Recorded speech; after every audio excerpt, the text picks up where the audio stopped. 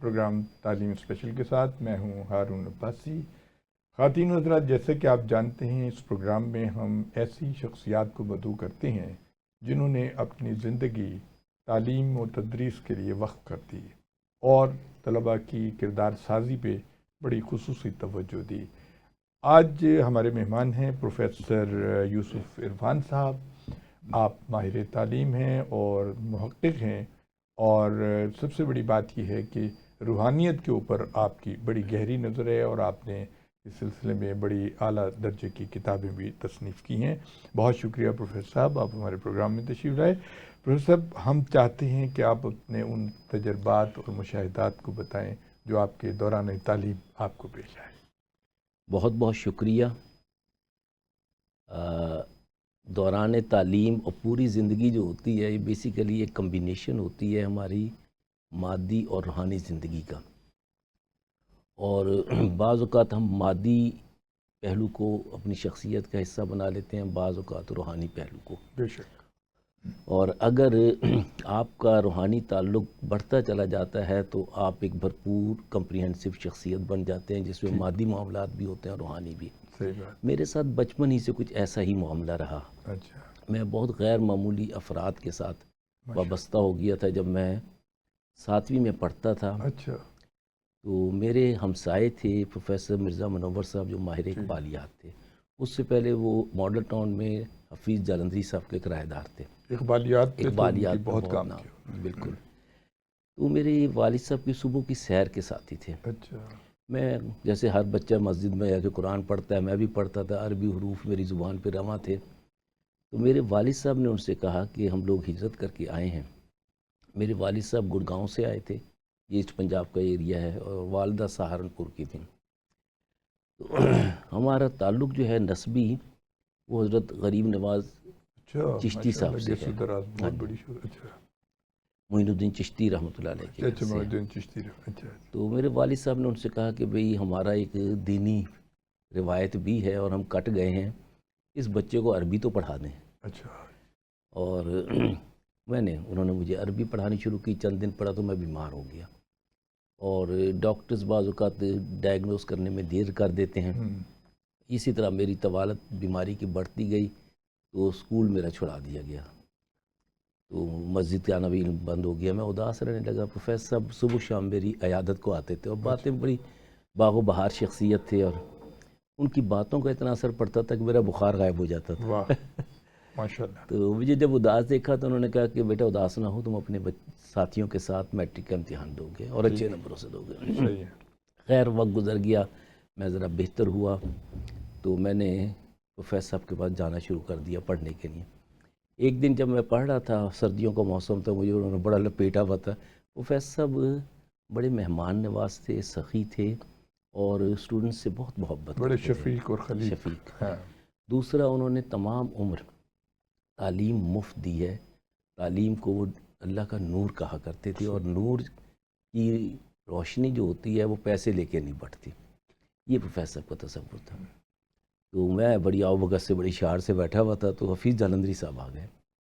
تو میرا ان کو دیکھنا ہی ایک بہت بڑا یعنی خوشی ہوتی ہے کہ ترانہ پاکستان کے خالق ہیں، شاہنامہ اسلام کے شاعر ہیں، اور انہوں نے مجھے بکرے کی طرح دیکھنا شروع کر دیا، جیسے بکرا حلال ہوتا ہے۔ ان کا مزاج تھا ایسا بے تکلف سا۔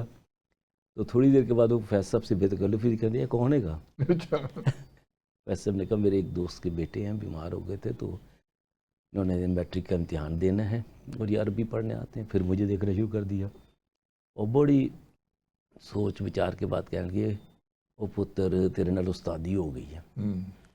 اور میری سمجھ سے باہر ایک تو اتنا بڑی شخصیت میرے سامنے، تو انہوں نے کہا پتر یہ تینوں سمجھ نہیں آنی، اے بیماری نہیں سی، تیرے لیے نعمت سی۔ واہ، صحیح۔ اگر تم بیمار نہ ہوندا تے پروفیسر صاحب جیسے شخصیت تینوں اینا وقت دیندی، تینوں اس طرح پڑھاندی، اسی طرح سے نہیں کہ پروفیسر صاحب سانوں شاگردی چلا لیں۔ تو یہاں سے میرا آغاز ہوا تھا۔ پھر میاں امیر الدین صاحب آیا کرتے تھے، جسٹس انوار الحق صاحب، یہ اس طرح کے اور لوگ، یعنی اس دور کی ایلیٹ جو تھی وہ پروفیسر صاحب کے حلقے احباب میں تھی، اس کا میں حصہ بن گیا۔ تو میں نے الحمدللہ میٹرک کا امتحان پرائیویٹلی کیا، 7ویں سے ڈائریکٹ میٹرک کا امتحان دیا تھا، مگر جہاں ڈٹرمنڈ آدمی ہو، اسٹوڈنٹ ہو اور ڈسپلنڈ ہو زندگی میں، تو میں سمجھتا ہوں کہ کامیابی میسر آتی ہے، اور اس میں آدمی پرعزم رہ کے ایک منزل طے کر لے تو وہ حاصل ہو جاتی ہے۔ میری خواہش تھی کہ میں جی سی میں پڑھوں۔ ٹھیک ہے۔ اس دوران پروفیسر صاحب کے ایک دوست تھے ڈاکٹر نذیر احمد قریشی صاحب، وہ عجیب و غریب روحانی شخصیت تھے، میں نے ان جیسا شخص آج تک نہیں دیکھا، میری اور آپ کی طرح یعنی کلین شیو تھے، اچھا، کسی کو کچھ پڑھنے کو نہیں دیتے تھے، نہ کوئی منکا تھا، نہ کوئی انگوٹھی تھی، نہ کچھ اور۔ پرانے زمانے کے 1935 کے وہ کلکتہ میڈیکل کالج کے پڑھے ہوئے تھے، عام طور پہ پیشنٹ ان کے پاس انکیوریبل ہی آتے تھے۔ اچھا، تو انہوں نے جب مجھے دیکھا کہتے پتر کتنے پڑھنا جی، میں کہ جی خواہش تھے جی سی کی، کہتے جی سی داخلہ ہوئے گا۔ ٹھیک ہے۔ ویسے نے کیا ایسے نمبر آنے چاہیے نا، میں نہیں کرا سکتا، وہ تو میرٹ بہت ہوتا ہے جی، کہتے نہیں نمبر آئیں گے۔ اچھا، انشاءاللہ۔ اب یہ جو ہے میں یہ نہیں کہتا کہ ہر ایک کے ساتھ ایسا ہوتا ہے، خیر میں نے تیاری کی بڑی دلچسپی، پروفیسر سلیم صاحب جو سر راہی لکھا کرتے تھے نوائے وقت پہ، انہوں نے بھی مجھے پڑھایا، وہ اس وقت پرنسپل تھے شیخ اوپرا کالج میں، خاص طور پہ میرے ڈوڈز انگلش کے ٹھیک کیے تھے انہوں نے۔ تو بہرحال میرا 13واں سیریل نمبر تھا پنجاب بورڈ میں جنرل سائنس میں گورنمنٹ کالج کے میرٹ میں آ گیا تھا، اور ڈاکٹر صاحب نے مجھے کہا کہ بلیزر میں بنا کے میں دوں گا آپ کو تحفتاً۔ تو خیر جب میں گیا تو گیچی میں ایک اور معاملہ ہوتا ہے کہ مینرز، ایٹیکیٹس، تو میرا انٹرویو ہو رہا تھا، تو انہوں نے کہا جی آپ کے نمبر بھی اچھے ہیں، سب کچھ ہے، آپ شہری سے پڑھے ہوئے ہیں، کوئی گاؤں کے بھی نہیں ہیں، مگر جی سی کا ایک ایٹیکیٹ ہے، کورم ہے، اور اس میں ہم اس طرح کے بچے رکھتے نہیں ہیں کہ جن کی بیک گراؤنڈ جو ہے، تو اس سے پروفیسر نے کہا جی اس کا گارڈین میں ہوں۔ تو اس طرح میرا داخلہ ہوا تھا، پھر الحمدللہ میں آ گیا، تو ایسے کمپٹیشن تھا first year to 6th year, تو میں فرسٹ ایئر میں تھا، علامہ اقبال کی خودی پہ ایسے لکھنا تھا، میں نے ٹاپ کیا تھا۔ پھر میں نے کالج گزٹ سے وابستہ ہو گیا، اس میں بھی میں چیزیں وابستہ تھیں، اور پھر میں کالج یعنی میگزین راوی سے وابستہ رہا، محمد حسن آزاد نمبر بھی میں نے اپنے دور میں مرتب کیا تھا، ہمارے ساتھ اور ساتھی تھے، میں ڈپٹی کے طور پہ وہ جونیئر تھا۔ تو اس طرح میرا سلسلہ چلا۔ پھر ایم اے انگلش جو تھا میرا گورنمنٹ کالج میں داخل میں چاہتا تھا، میں نے بی اے جو تھا آر خان صاحب سے انگلش پڑھی، ڈاکٹر عبدالحمید خیال صاحب سے پڑھی، اور ایک اور استاد تھے ہمارے غالباً عربی کے تھے، شیخ محمد اقبال صاحب، جی، بہت ہی نفیس الطبع انسان تھے۔ ٹھیک بات ہے۔ پھر یہیں پر یعنی پروفیسر صاحب کے ہم یعنی روم میٹ تھے پروفیسر مشکور حسین یاد صاحب، ان کے ساتھ پھر ڈاکٹر ریاض صاحب، بہت ساری دلچسپ قسم کے لوگوں کو۔ پھر وہاں پر ایک مشکور حسین یاد صاحب آیا کرتے تھے، وہ پارٹیشن سے پہلے یعنی 47-48 میں ریٹائر ہو گئے تھے، سرکاری ملازم میں تھے، اور انہیں وہ زمانہ یاد تھا جب لارنس آف عریبیہ کرم شاہ کے نام سے لاہور میں مال روڈ میں رہا کرتا تھا، اور انہوں نے نیڈو کی فیملی کی ایک بچی جو تھی، کیونکہ نیڈو کے جو مالک تھے وہ یورپین تھے، انہوں نے شادی کی تھی کشمیر کی ایک گجراتی گجر فیملی میں، ان کی بچی سے شادی ہوئی تھی۔ تو وہ کیونکہ ظالم قسم کے آدمی تھے، کرم شاہ صاحب تھے، بیسیکلی لارنس آف عریبیہ کے تھے، اور افغانستان میں سازشیں کر کے آئے تھے۔ تو یہاں جب ان کی جان کو خطرہ ہوا تو وہ جا رہے تھے، مگر اس سے پہلے انہوں نے جو بچی کو تنگ کرتے تھے، تو وہ پورے لاہور شہر کا ایک قصہ تھا، تو وہ بھی قصہ سنایا کرتے تھے کہ کس طرح پھر لاہوریوں نے جان چھڑائی کرم شاہ سے۔ اس طرح کی یہ زندگی ہے۔ اور روحانی معاملات کا تو یہ ہے کہ ڈاکٹر نذیر قریشی صاحب نے جب میں میٹرک کا امتحان دینے جاتا تھا تو کہیں گے بھی جان تو پہلے صدقہ کرنا جی، اس طرح کرنا جی، آ کے میرے کو آ جانا جی۔ تو بعض اوقات عجیب و غریب ہوتا ہے جس سے بچوں کو گھبرانا نہیں چاہیے، بعض اوقات آپ کنفیوز ہو جاتے ہیں یا ایبسنٹ مائنڈڈ ہو جاتے ہیں۔ میرا ایک پیپر تھا جو مجھے آتا تھا مگر میں لکھ نہیں پا رہا تھا، 3 گھنٹے کا پیپر تھا، 2 گھنٹے میں روشن دار دکھتا رہا۔ اسلام چشتی ہائی اسکول میں میرا یعنی وہ بنا تھا، نہیں کے جی اسلامیہ اسکول جو تھا نا، وہاں میرا سینٹر بنا تھا، تو میں اس کو دیکھ رہا ہوں 2 گھنٹے گزر گئے، دعا کی اللہ تعالیٰ سے کرتا رہا، تو پھر میں نے 1 گھنٹے میں وہ سارا پیپر پاس کر لیا تھا۔ تو میں گیا، ڈاکٹر صاحب کہتے تھے کہ تو میں نے 10 دیتے کر اور خیرات کرنی ہے، واپس بھی خیرات کرنی ہے، سیدھا میرے کو آ جائے گا۔ میں پیپر دے کے گیا تو کہنے گے اوئے آج تو کی کردا پیا سا؟ میں کہا جی کچھ نہیں کہتے، تو خالی روشن دا ٹوٹیا ویکھدا پیا سا۔ میں مریضاں چ مصروف ہو گیا سی، میں جاتے ہی ماری تے وہ تو بالکل ہی چلیا سا، بڑا زور لانا پیا پیپر حل کرن۔ یہ زندگی کے وہ پہلو ہیں جن کو نظر انداز نہیں کرنا چاہیے، مگر زندگی میں محنت، مشقت، عزم، ارادہ طالب علموں کے لیے ضروری ہے کہ وہ کیا بننا چاہتے ہیں اور اس کے لیے جستجو کریں۔ ڈاکٹر صاحب، میں آپ کی جو آپ نے گفتگو فرمائی ہے اس سے میں اس نتیجے پہ پہنچا ہوں کہ آپ نے طلباء و طالبات کو بڑا خوبصورت پیغام دیا ہے، اور آپ کے پیغام کا جو لب لباب ہے وہ یہ ہے کہ بچوں کو چاہیے کہ وہ اچھے لوگوں کی صحبت میں بیٹھیں، جی بالکل، ان کی کمپنی میں بیٹھیں اور ان سے کچھ حاصل کرنے کی کوشش کریں، کوئی شک نہیں۔ اپنے کردار کو مضبوط بنانے کے لیے جو صاحب کردار لوگ ہیں ان کے درمیان، جو صاحب علم ہیں، اور جو خاص طور پہ آپ نے روحانیت کا جو حوالہ دیا ہے، یہ بہت بڑا ایک پہلو ہے انسان کو نکھارنے کا، اس کے مستقبل کا۔ بہت خوبصورت گفتگو کی ڈاکٹر صاحب۔ اچھا یہ بتائیے ڈاکٹر صاحب، آج کل ہمارے جو بچے ہیں وہ بہت نفسیاتی دباؤ کا شکار ہیں، کوئی شک نہیں، اس میں بے روزگاری بھی ہے، اس میں جیسے وہ دیکھتے ہیں پورے معاشرے میں کہ دولت اور اختیارات کی غیر منصفانہ تقسیم کی وجہ سے ہمیں جو ہمارے حقوق ہیں، بنیادی جو آئین ہمیں پرووائڈ کرتا ہے وہ نہیں ہے، تو بچے اس کنفیوژن سے کیسے نکلیں؟ ایک پہلی بات تو یہ ہے کہ سدا موسم ایک سا نہیں رہتا۔ جی بالکل، آج بے روزگاری ہے، بیکاری ہے، ٹھیک، اور میں سمجھتا ہوں کہ علمی گمراہی بھی ہے، کیونکہ علمی سچائی جو ہے وہ آدمی کو سچا بناتی ہے۔ بالکل ٹھیک ہے، اور صاحب کردار لوگوں کے ساتھ بیٹھ کے کردار سازی ہوتی ہے، جسے کریکٹر بلڈنگ کہا جاتا ہے۔ تعلیم کے 3 پہلو ہیں۔ ایک تو یہ کہ بھی ہم لکھنا، بولنا، پڑھنا سیکھ جاتے ہیں، جیسے آپ کہہ لیں گے نالج۔ دوسرا ہے سکلفل نالج، جسے آپ ہنر کی کہتے ہیں، جس کی معاشرے میں ضرورت ہوتی ہے۔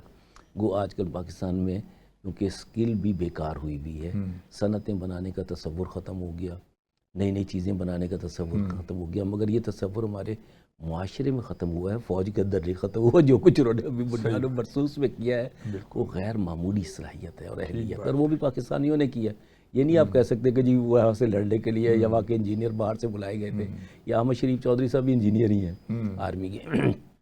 خیر، تو تیسرا ہوتا ہے کریکٹر بلڈنگ۔ کریکٹر بلڈنگ ان دونوں سے زیادہ اہم ہوتی ہے، جو معاشرے کو، اسٹیٹ اور سوسائٹی یعنی معاشرے اور ریاست کو مضبوط کرتی ہے، اور ہم اس وقت اس چیز سے یعنی کافی دور ہیں، جس کی وجہ سے ہمارے معاشرے میں عدم مساوات یعنی انسانیت کے حوالے سے بھی جنم لے رہی ہے، بڑھ رہی ہے، کہ امیر غریب طبقہ جو ہے وہ عجیب و غریب رویے اپنا رکھے ہیں۔ دوسرا ہمارا تعلیمی نظام، جس زمانے میں ہم پڑھا کرتے تھے اس وقت تعلیم جو تھی اس 2 چیزوں پر ضرور یعنی تربیت سازی کرتی تھی، ایک یہ کہ اپنے دین سے محبت، اور دوسرا اپنے وطن سے محبت۔ اب جو ہے وہ تعلیم ساری کمرشل ہو گئی ہے، اور اس حد تک کمرشل ہو گئی ہے کہ بچے کہتے ہیں کہ جی ہمارا یہ استاد تھا تو ٹھیک ہے، ہم نے پیسے بھی دیے تھے انہیں۔ با ادب با نصیب، بے ادب بے نصیب۔ مجھے اچھی طرح یاد ہے کہ جب میں گورنمنٹ کالج میں پڑھتا تھا تو آپ ہی کے یعنی ریڈیو پاکستان میں نوجوانوں کا، طلباء کا ایک سیکشن ہوا کرتا تھا، تو اس میں میں طلباء اس کا نام، جی میں اس میں 3rd ایئر کا طالب تھا، تو میں نے اپنا ایک مقالہ پڑھا چھوٹا سا، اور اس میں ڈاکٹر جسٹس منیر صاحب پریزائڈ اوور کر رہے تھے، اور گورنمنٹ کالج کے بچے بچیاں، یونیورسٹی کے بچے بچیاں، اورینٹل کالج کے، وہ سب آئے ہوئے تھے۔ تو تعلیم کے حوالے سے تھا، تو میں نے روایتاً جو ہوتا ہے کہ جی ہر شخص کے 3 باپ ہیں، ایک وہ جس نے پیدا کیا، ایک دوسرا وہ جس نے تعلیم دی، تیسرا وہ جس نے بچی دی۔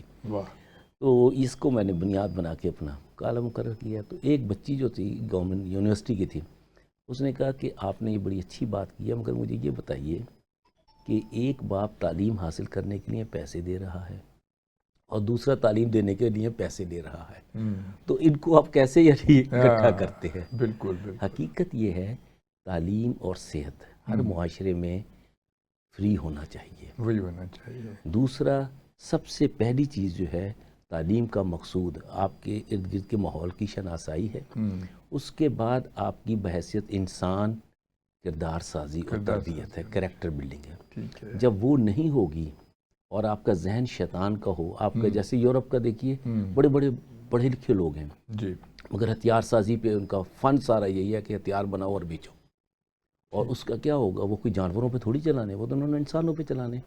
اس لیے کہا جاتا ہے کہ تعلیم کو وہ شعور دیا جائے کہ سب سے پہلے human responsibility, human duty, human dignity یہ ان بچوں کے دلوں میں آئے. آدمیت، احترام آدمی، باخبر شو از مقام آدمی. تیسرا جو کام ہے کہ بے روزگاری، ہمارا نظام جو ہے پاکستان کا یہ بدلتے رہتے ہیں، یہ نہیں میں سمجھتا کہ یہی رہے گا. اس کی ایک چھوٹی سی مثال ہے کہ ہمارا جب پاکستان بنا تو ہم نے انفراسٹرکچر جو تھا وہ برٹش سے لیا تھا. وہ سارا ہم نے آزادی تو حاصل کی، نظام سے آزادی حاصل نہیں کی. بالکل. جبکہ تحریک پاکستان کا بنیادی مقصد تھا کہ ہم اپنا اسلامی نظام نافذ کریں.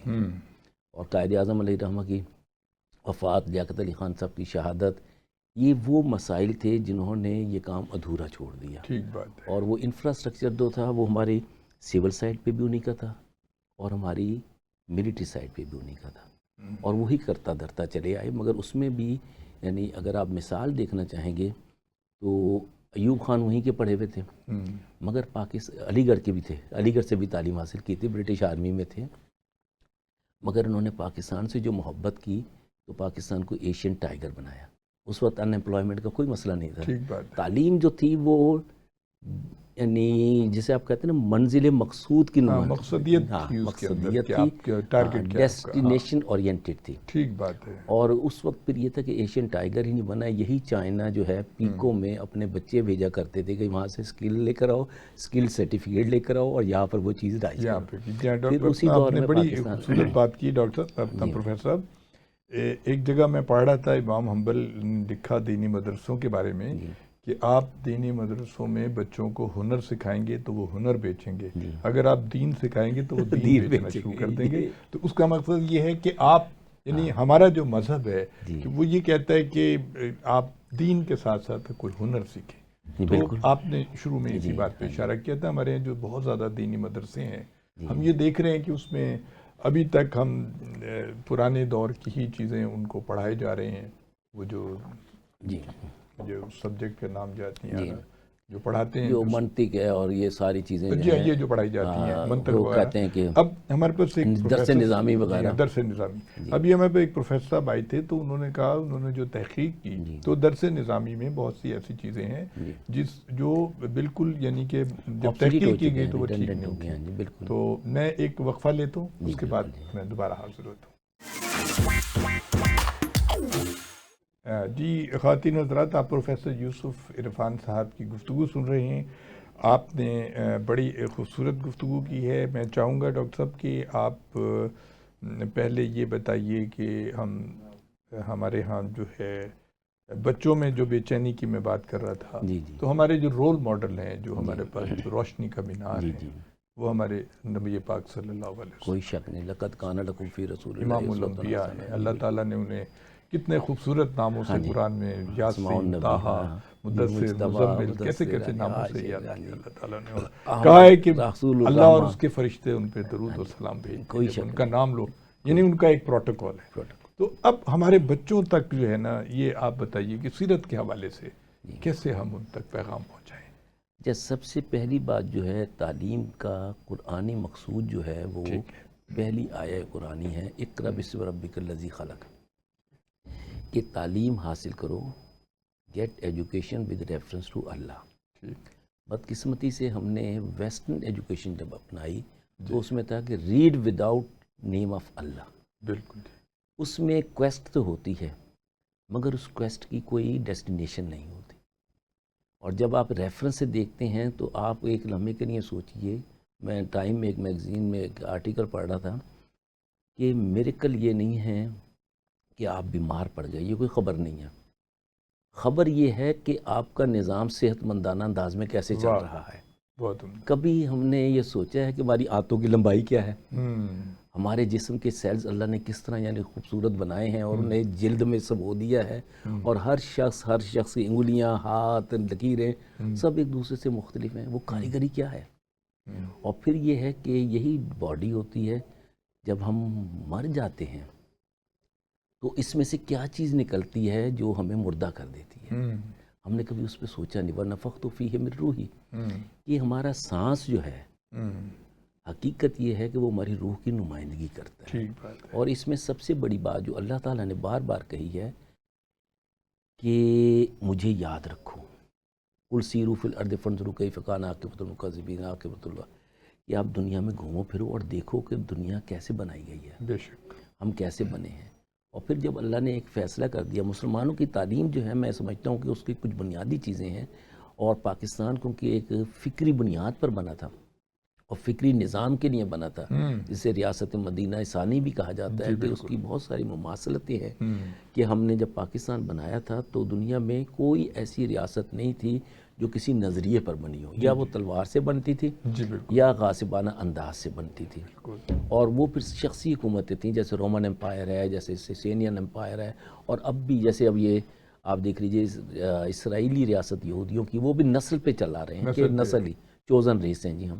دوسرے کہتے ہیں کہ وہ کروسیفکشنز کی وجہ سے، تسلیس یعنی پھانسی کی وجہ سے ہم لوگ بخشے گئے ہیں کہ ہمارے سارے گناہ وہ ساتھ لے گئے ہیں. ہم یعنی اس طرح کے بہانے ڈھونڈ رہے ہوتے ہیں، جبکہ قرآن میں سورہ اخلاص میں واضح طور پر کہا ہے کہ اللہ بے نیاز ہے، نہ اس نے کسی کو جنا، نہ اسے کسی نے جنا، اور وہ احد ہے. احد کا لفظ ہی وہ ہے کہ اس کو کسی سے مماثلت نہیں ہے. خیر، پاکستان کی تعلیمی نظام کو خاص طور پر اسے ری اورینٹ کرنا چاہیے، ری شیپ کرنا چاہیے، اور اس میں چند بنیادی چیزیں رکھنی چاہیے. وہ نیشنل انٹرسٹ کے حوالے سے ہمیں فکری طور پر پاکستان کے نصاب میں کوئی چیز ایسی نہیں شامل کرنی چاہیے جس سے ڈاؤٹ کریٹ ہو، کنفیوژن کریٹ ہو.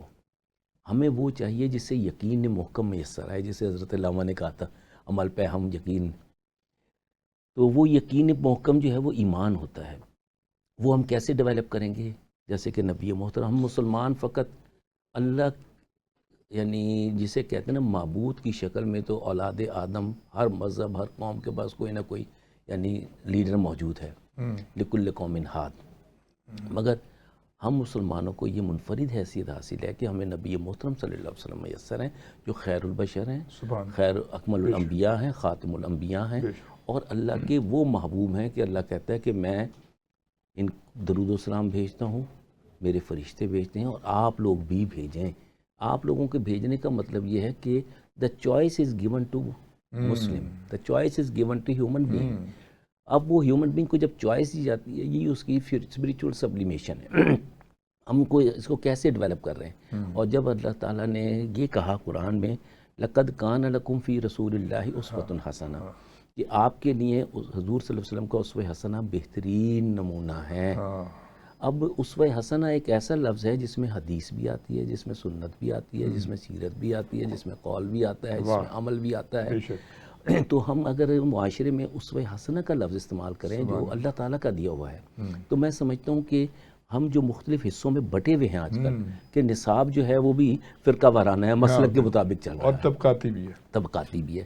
اس میں ہیومینٹی ایز سچ نہیں ہے. اب میں یعنی اپنے مسلک کا ماہر ہو گیا تو میرے معاشرے کو کیا فائدہ ہوا؟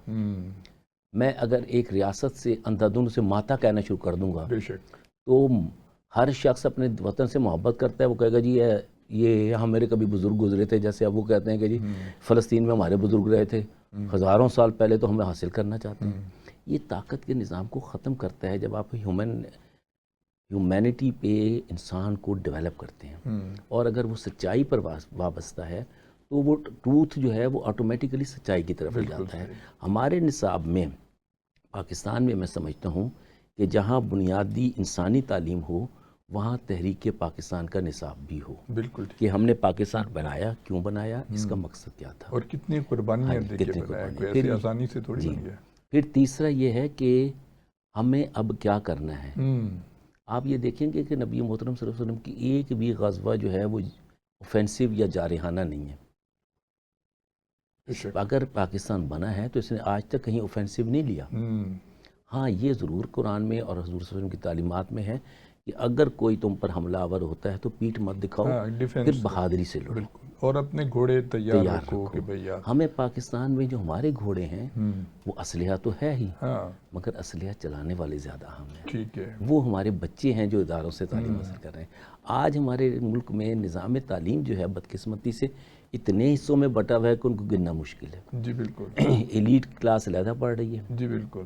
گورنمنٹ اداروں میں علیحدہ پڑھ رہے ہیں, جی. اور اس سے ساتھ ساتھ ہم مدارس میں پڑھ رہے ہیں, اور کسی کا بھی نصاب جو ہے وہ یکجہتی نہیں ہے. نہیں ہے. اور یکجہتی جب ہم ریاست اور معاشرے کو مضبوط کرنا چاہتے ہیں تو اس میں ریاستی اور معاشرتی یکجہتی ہونی چاہیے. سوشل کوہیرنس جو ہے اس پہ نصاب بیس ہونا چاہیے. دوسرے ڈاکٹر صاحب اپنا پروفیسر صاحب, یہ جو کمرشلائز ہو گیا ہے, جو پرائیویٹ سیکٹر میں تعلیم گئی ہے تو مہنگی بہت ہو گئی ہے. عام جو ہمارے طرح کے مڈل کلاس کے لوگ ہیں بہت پریشان ہیں. اس میں بدقسمتی یہ ہے کہ ہماری تعلیم کا مقصود جو ہے وہ انگلش بولنا اور لکھنا اور پڑھنا ہے. ہاں, اور پورے نمبر لینا ہے بس. وہ نہیں ہے, رٹا پر لگا لو, رٹا لگا لیا.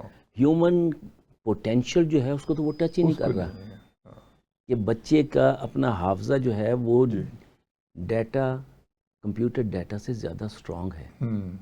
اس کی کیلکولیشن آپ کو یاد ہوگا کہ اساتذہ جو تھے بڑی سے بڑی مشکل حساب کا یعنی میتھمیٹکس کا فارمولہ بھی منٹ میں طے کرتے تھے.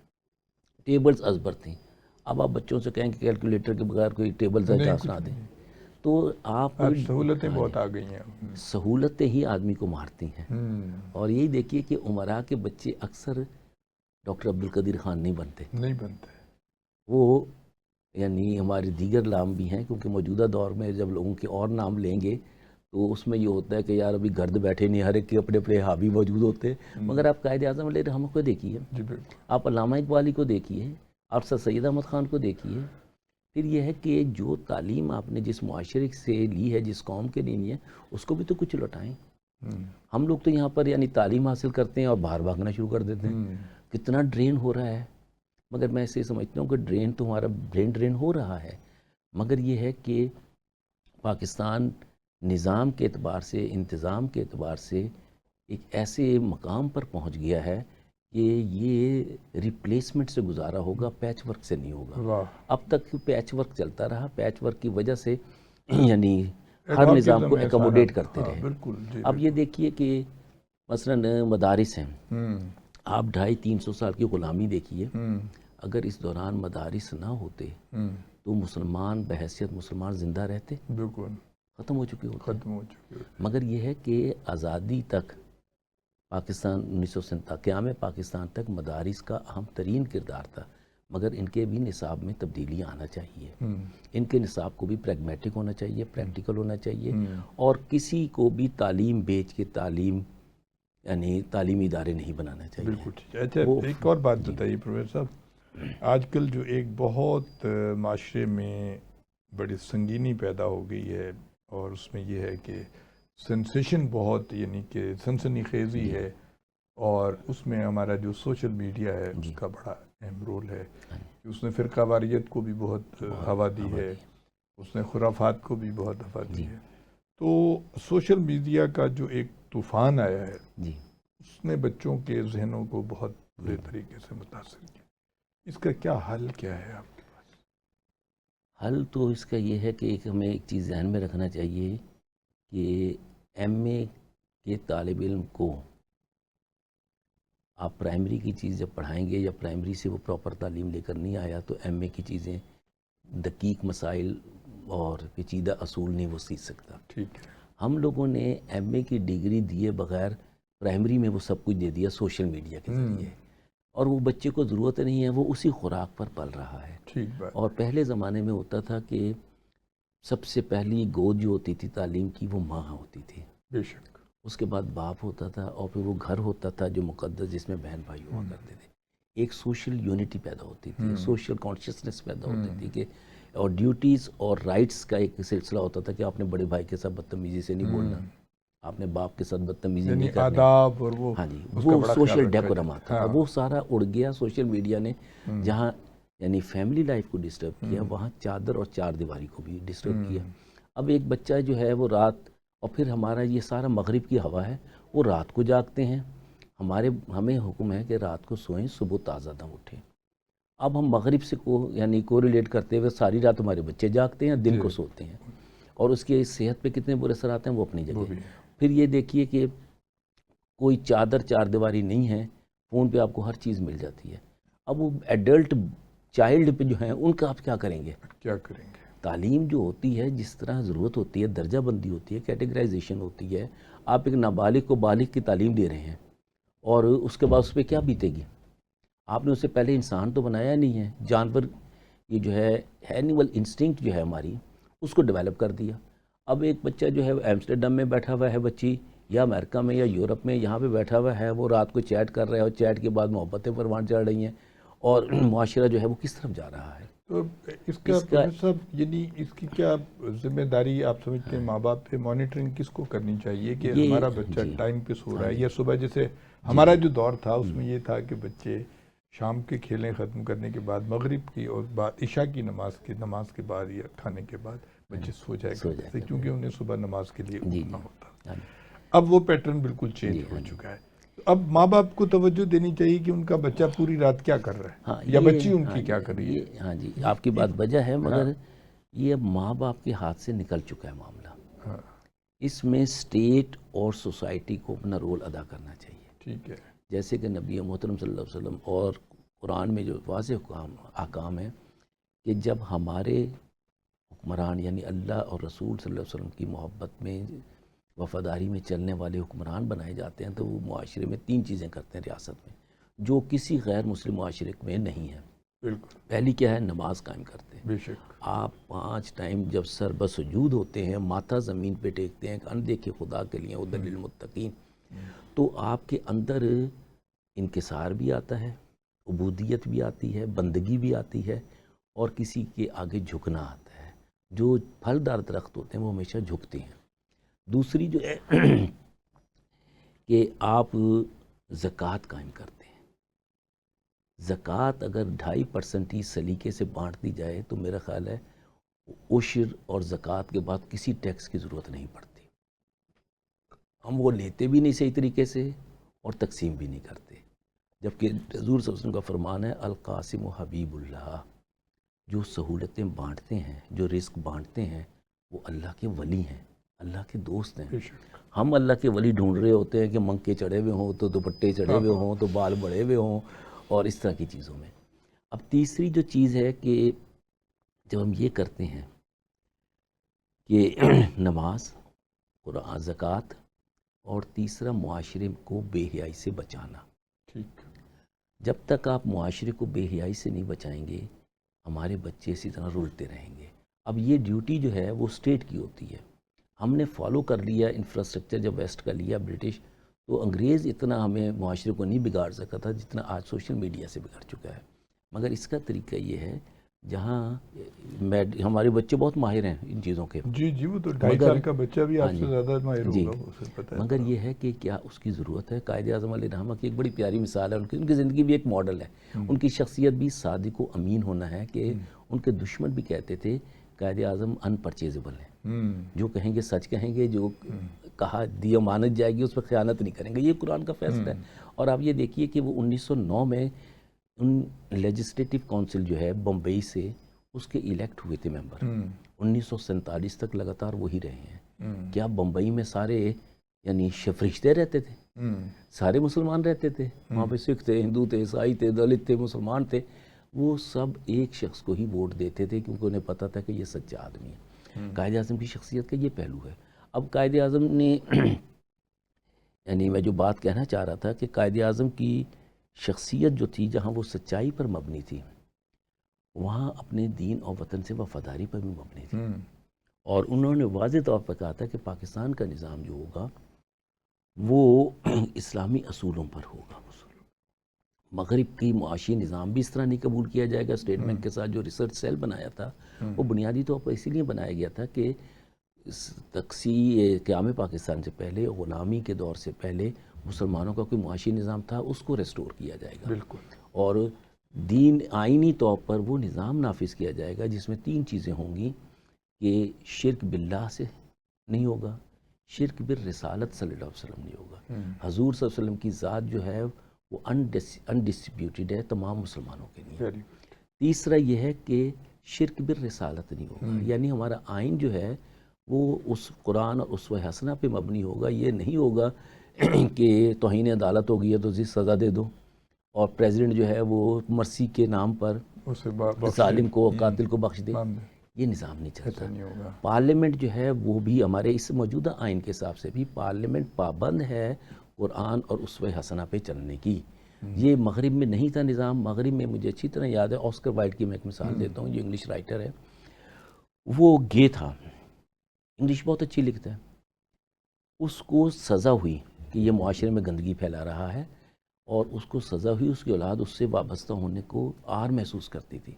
آج آپ دیکھیے کہ گے اور لیسبینزم پارلیمنٹ میں آئینی اور قانونی حصہ بن چکے ہیں۔ تو پاکستان اسلامی ریاست میں پارلیمنٹ جو ہے وہ بھی قرآن اور اسوہ حسنہ کی پابند ہے، اور ہمارے اس آئین میں موجود ہے سب چیزیں۔ جی بالکل۔ اسٹیٹ کو رول ادا کرنا چاہیے اور سوسائٹی کو قرآن اور اسوہ حسنہ پر بہترین نمونہ بنانا چاہیے، اور ہمارا تعلیمی نظام، ہمارا تہذیبی نظام اور ہماری تاریخ، ہمارا تمدن، یہ اس نظام میں لازماً ہونا چاہیے، اور انسانیت کی تعلیم ہونی چاہیے۔ جی خواتین حضرات، آپ پروفیسر یوسف عرفان صاحب کی گفتگو سن رہے تھے۔